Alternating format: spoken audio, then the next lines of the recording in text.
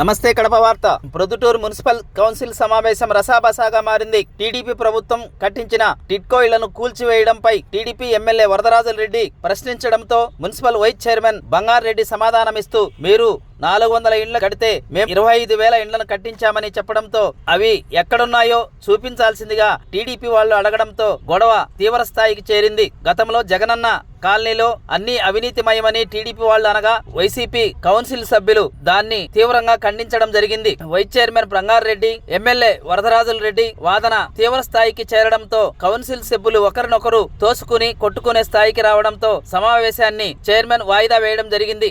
అంతా 300 ఇండ్లే కట్టింది. 4,000 ఇండ్లు కట్టాల్సిన క్రమంలో 300 ఇండ్లు కట్టి నిలబెట్టేసినారు.